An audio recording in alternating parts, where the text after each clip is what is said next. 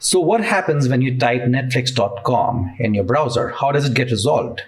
Now, in one of the previous videos, we saw that the browser makes a request to something called as a DNS server, which gives us back the IP address for the Netflix server. And that's how we're able to resolve it and call the Netflix server and then watch a video. But is it that simple? Not really. We'll actually break down the process right now. So in many cases, what happens is your device will have a cache which will have the IP address stored. So we don't even have to resolve with the help of the DNS server. And we can just resolve with the help of our cache here, and we can get the IP address and call the server. So what happens when you want to visit netflix.com for the first time? You'll hit the DNS server, but the DNS server is actually called as the recursive server or the resolver. And it doesn't have all the information required. So it doesn't have the IP address of the Netflix server. It actually has to make a lot of calls, as you can see here, to get the IP address of Netflix.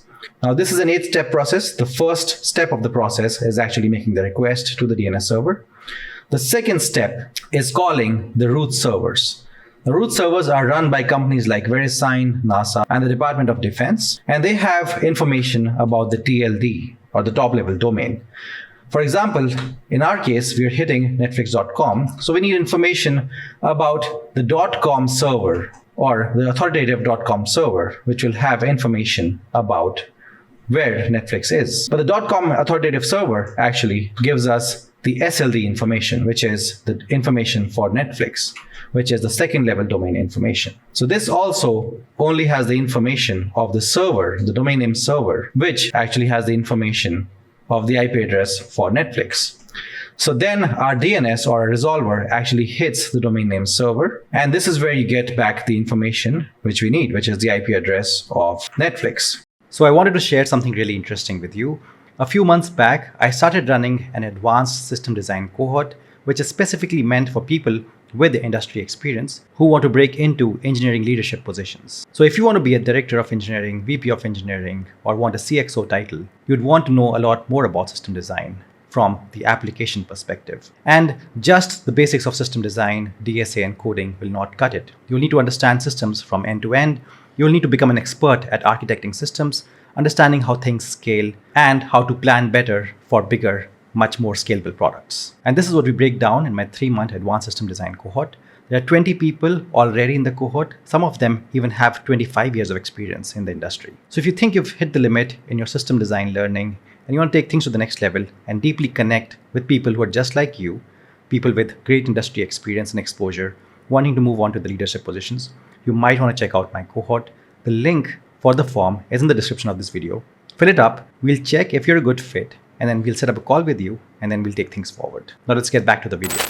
Now this information is sent back in step number 8 to our browser, and the browser actually finally makes a request to Netflix server, because now we have the IP address. So we broke down what looks like a simple process of just calling the DNS resolver. That's actually an 8-step process. So there's a lot happening when you visit a website for the first time. So just a quick recap. The user types the website name into a web browser, and the query travels into the internet and is received by a DNS recursive resolver. The resolver then queries a DNS root name server, and the root server then responds to the resolver with the address of a TLD DNS server, which stores the information for its domains. When searching for example.com, our request is pointed towards the .com TLD, which is this. The resolver then makes a request to the TLD.com server. The TLD server then responds with the IP address of the domain's name server, for example.com. And lastly, the recursive resolver sends a query to the domain's name server. The IP address, for example.com, is then returned to the resolver from the name server. And the DNS resolver then responds to the web browser with the IP address of the domain requested initially. Once the 8 steps of the DNS lookup have returned the IP address, for example.com, the browser is able to make the request for the web page. And the browser makes a HTTP request to the IP address of the server, and the server returns the web page to be rendered in the browser. So now that we understand this critical concept, we can go further and explore more about APIs and REST APIs.